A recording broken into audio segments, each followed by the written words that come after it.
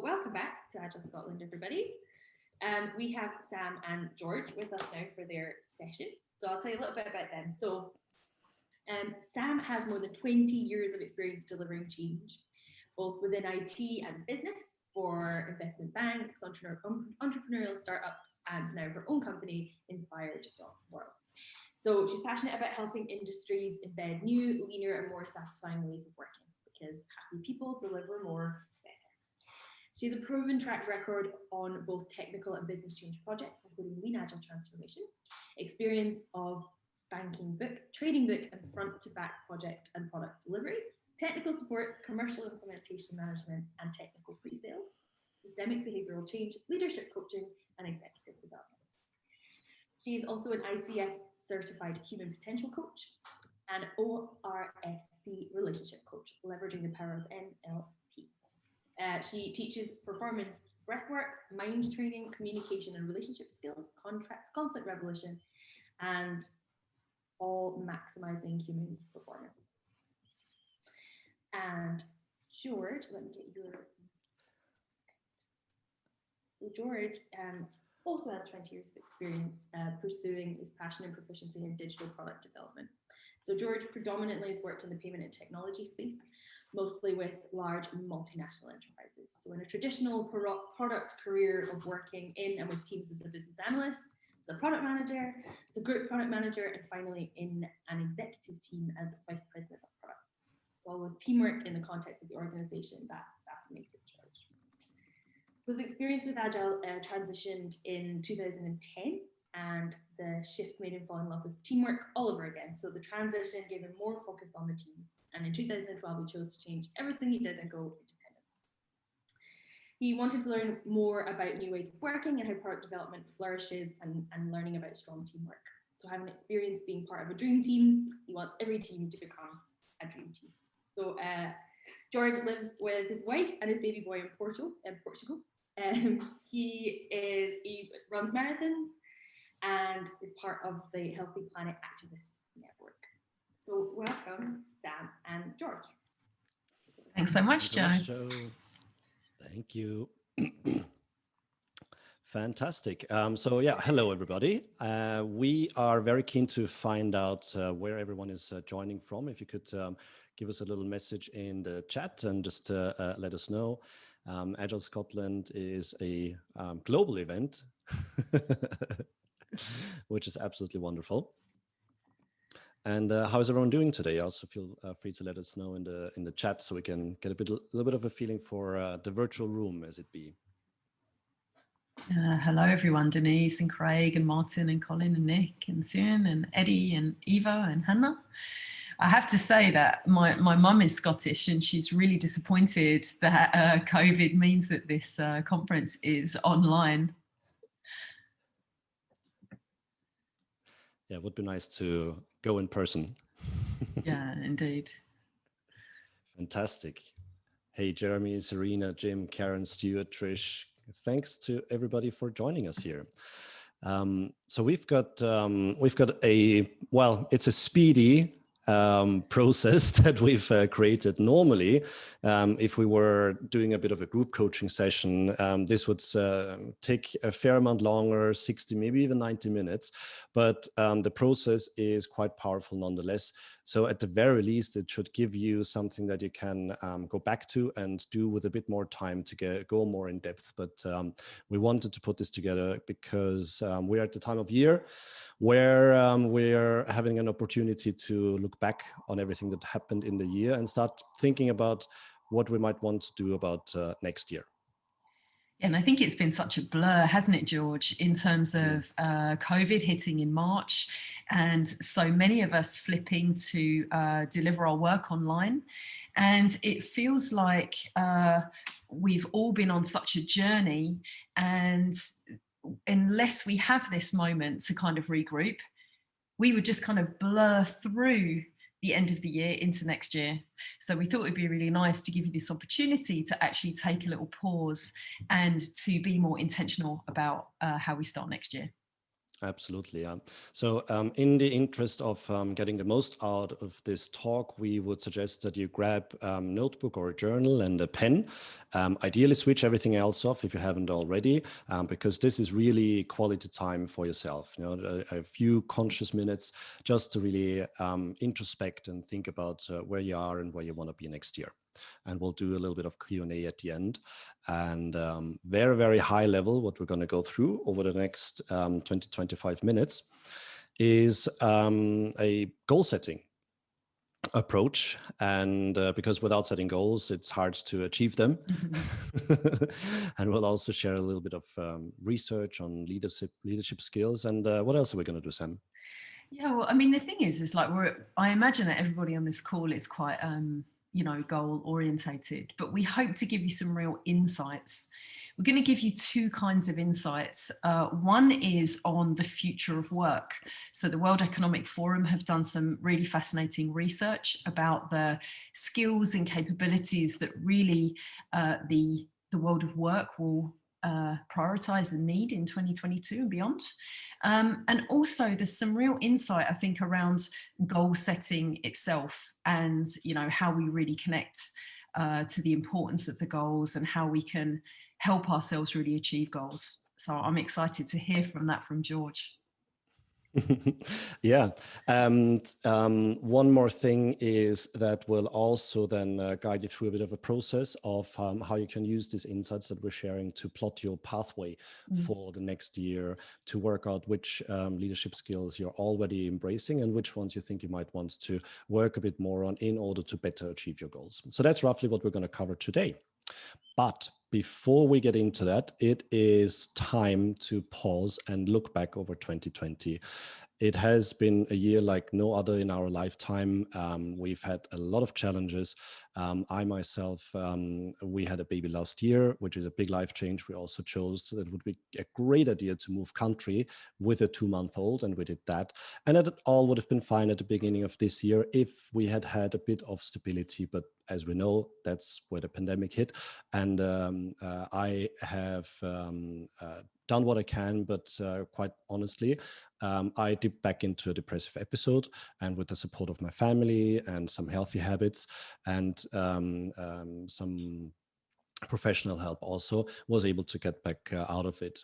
So yes, there was a lot of challenges that were happening, but I also managed to work through them with some of these habits that we're also going to share with you today.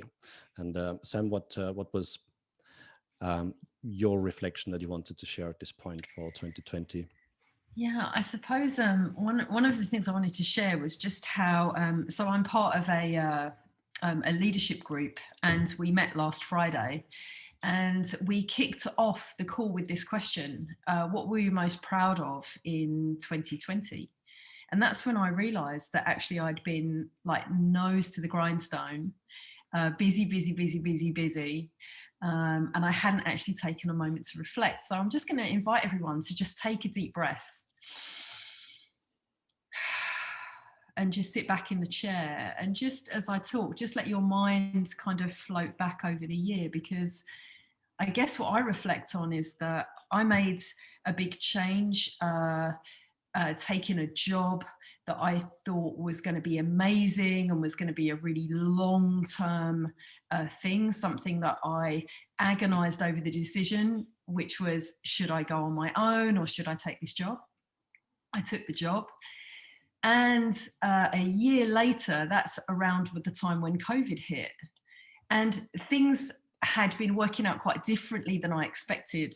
And over the time of COVID, it was clear that, like, you know, this job role just couldn't really continue. Now, in one way, I could look at this quite negatively, but actually it was the best thing that could ever have happened, because I realized that I was afraid to go on my own, to build my own business, because I'd done this before in the past and things hadn't worked out, and I'd got a bit caught up on failure, to be quite honest. And actually, it's just been fantastic, because the period from July until now, I actually have more work than I can say yes to. I see that companies and organizations are really keen to, like, there is such an imperative now, right? Evolve or die. We've seen the failure of Topshop, of Debenhams here in the UK.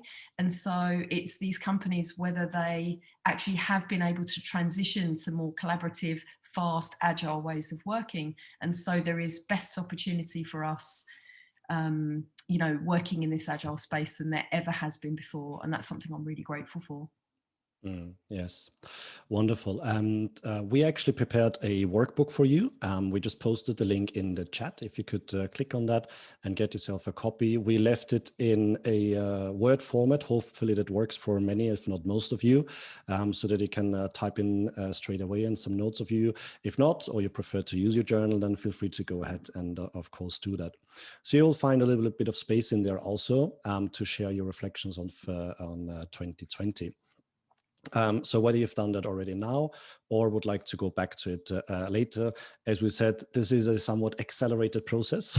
So we're going to move on to 2021. And we wanted to share with you some top tips around goal setting.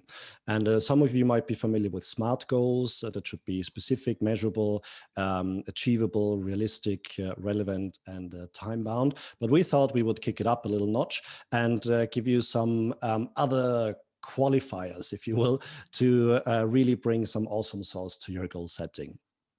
I'm going to mention a few, Sam's going to mention a few, but when it comes to goal setting, it's really good that they are opening up possibility and they are within the realms of possibility. But also that they have a strong vision and incorporate something that's important to you. And if it's important to you, it has importance. Another one is that they should be bold. There should be some audacity with them. So they have a bit of challenge, invitation to challenge in there. What else would make for some really good, awesome goal setting, Sam? Yeah, I think that the link just there on audacity is, you know, if your goals don't scare you a little bit, if they don't get that excitement going, then, you know, you're just not being bold enough. But they, of course, also should be sustainable. One of the things I love about the basic goal setting framework we're going to share with you is it invites balance, because we don't want to fall all into work or all into one thing, because to be truly fulfilled and happy, we need to be more holistic, right? And that, I think, is going to be a key theme in 2021, is how we move to more sustainable patterns of working. Obviously, the more specific our goals are, the more we are able to meet them. And what I love is that we're specific about the what. We can be flexible about the how. We know that, right, because of Agile. And last but not least, it's just this thing about really understanding, like, what is important to you is what's important. There isn't like a external objective standard of what should be important, right? If it's important to you, it is important, and that's a really valid goal that has high integrity for you. Yeah. And coming through all of that is also a degree of authenticity and integrity. If we're setting goals in order to please others, then there will always be mixed feelings about the pursuit of the goals and the achievement of the goals. So again, it comes back to what's important to you specifically. And perhaps one thing that might be even more important than all of those things, including the importance, is how much do you really want it? How badly do you want it, right? That comes back to the motivation of then actually working diligently and continuously towards achieving your goal. What are you willing to invest in pursuing the goal, but also what might you be willing to sacrifice in order to pursue those goals? You know, in order to create some positive habits, you might have to let go of some not so positive habits. Or, you know, if I'm not saying that anyone does that, but in the United States, for example, the average TV watching time is about 4 hours a day. So if you want something really badly for yourself, hopefully you would be willing to sacrifice some of those 4 hours of television a day, right? Just to give you a bit of an example.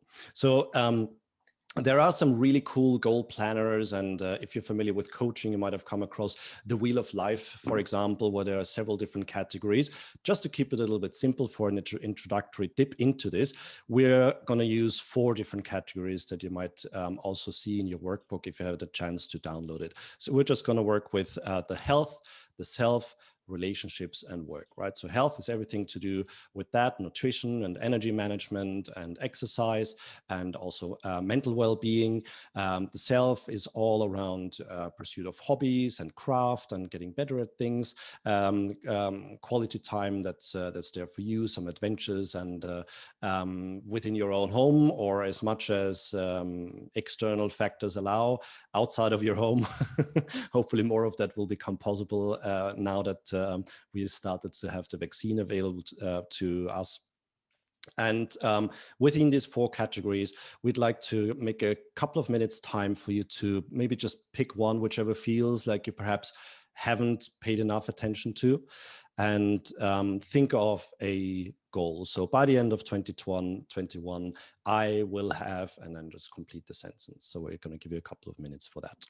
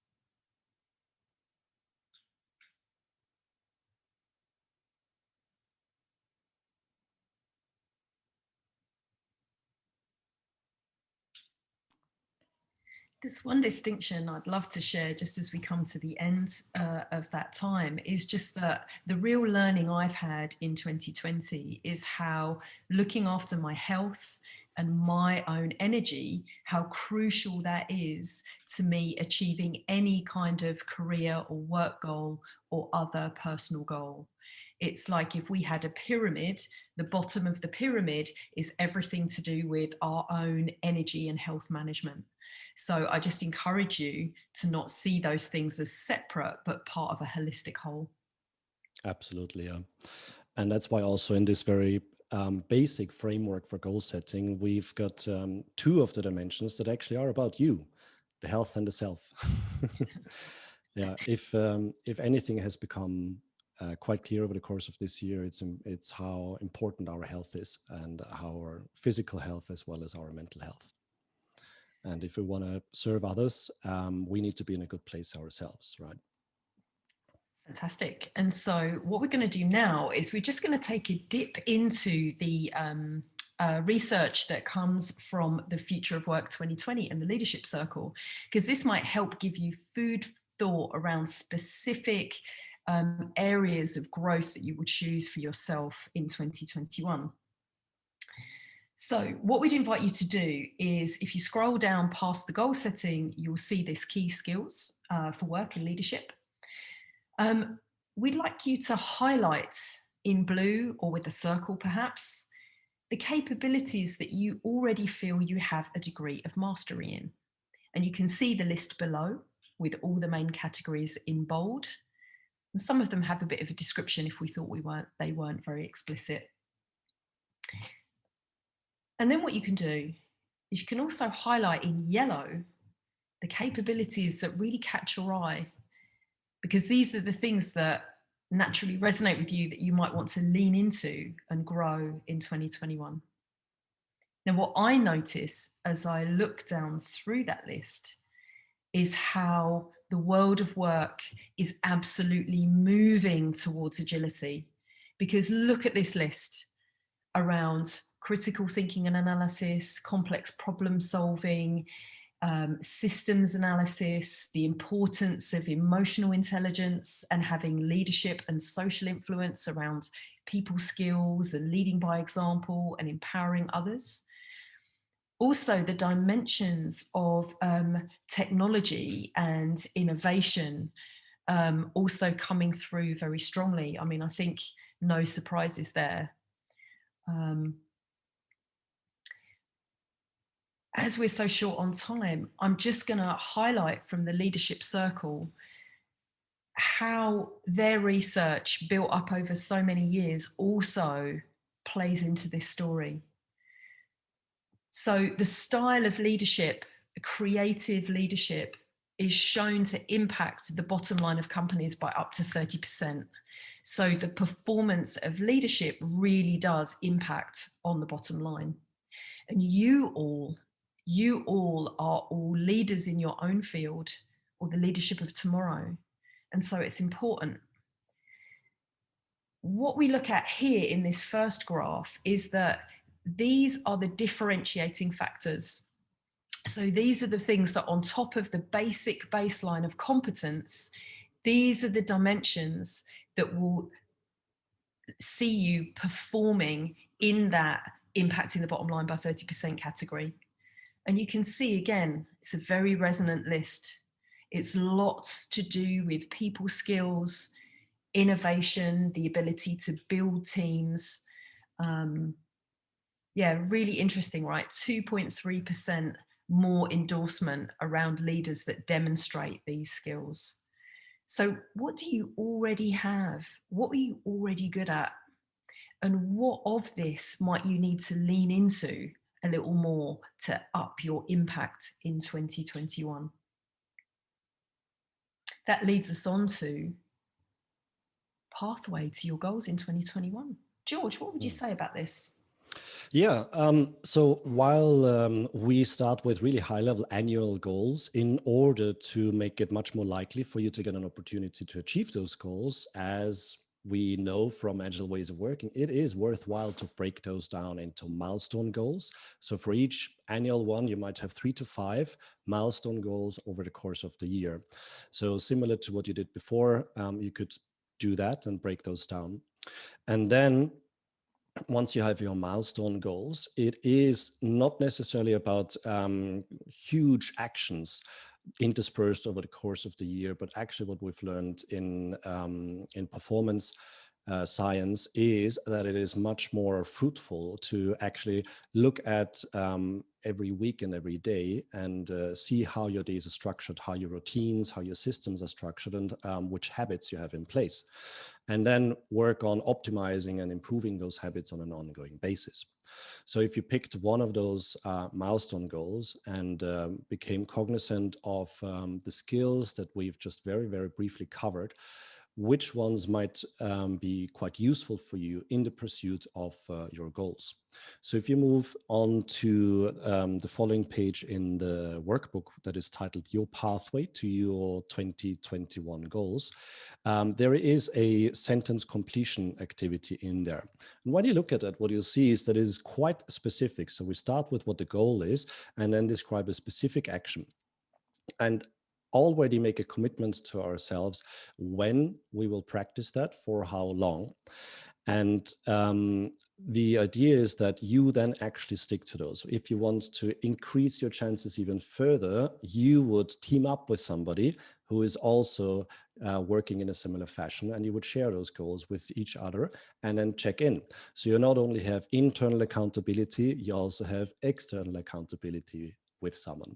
So we would invite you to pick the goal or use the goal that you've had used before, and just for the sake of time, use the annual goal to write out what it might take as an ongoing habit, an ongoing action in order to pursue that. What would that be like?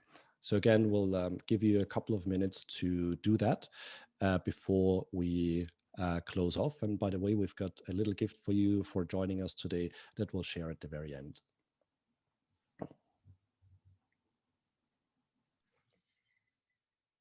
just wondered, George, if it might be a good idea, as we give people time to fill theirs in,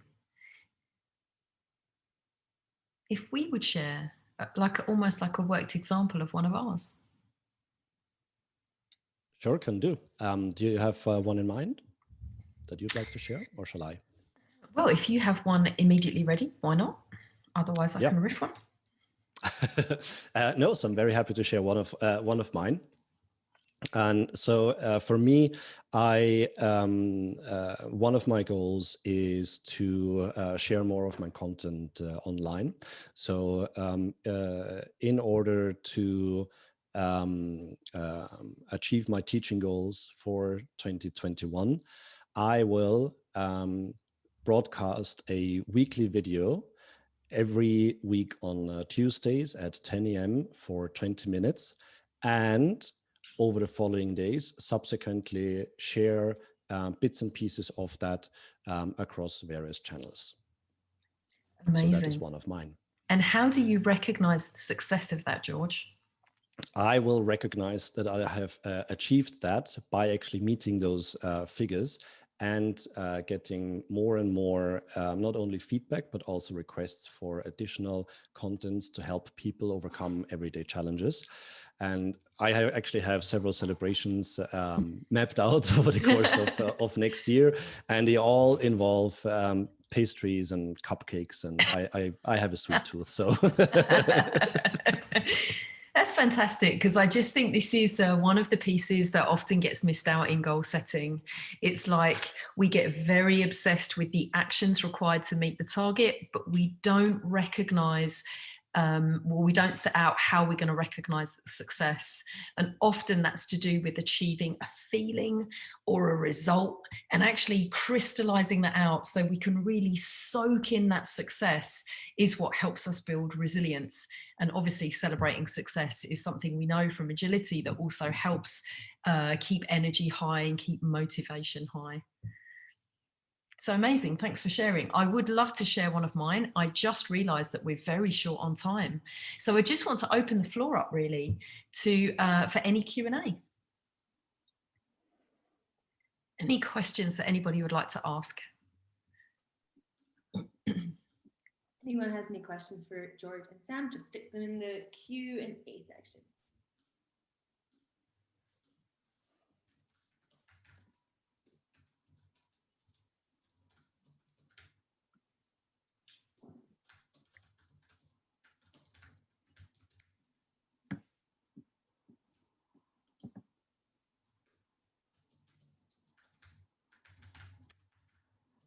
Anyone want to share any insights from the session, from what they were scribbling there?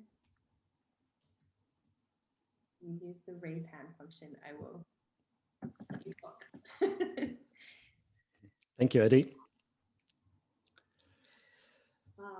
Oh, yes. Our worst critics. Yeah, the inner critic.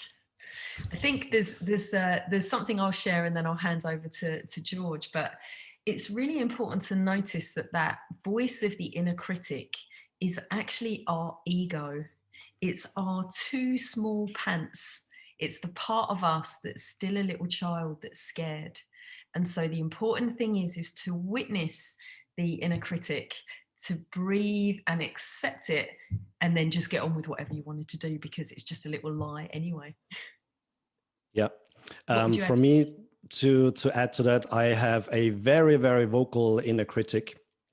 And I have enlisted that inner critic onto my inner team, if you will, and it's helping me to keep up my level of excellence. And I have negotiated with my inner critic that in order to continually improve what I'm creating, I can actually do a better job if I get feedback. But the only way to get feedback is to put it out there. So this is an ongoing dialogue, an ongoing negotiation. But ever since I started doing that, my inner critic has been much more productive and constructive rather than blocking me and destroying my service to other people. Yeah, and I love that you say that, because that links very much into Denise's question about radical authenticity, because that's actually a very strong link to what George was just saying, because we tend to think that authenticity is like just being ourselves. But actually, what we are is a host of so many different archetypes and facets of our personality. So being radically authentic is all about really working through the things that hold us back so that we can show up as the most flexible person that can harness the most amount of our power in the given situation. Yep. I stuttered a bit. I hope that made sense. Yeah. It doesn't necessarily mean that we just do what we want without any consideration for others, but it means that we are not diminishing ourselves for fear of judgment. That's right. And Gil's question was around how often do we revisit the goals to keep them alive? Well, I would say like every day. And I actually have a little post-it note here with my main goals on it that I actually have in my eye line. I think it's really important to emphasize something George said earlier. It's the small actions we take every day that move the dial.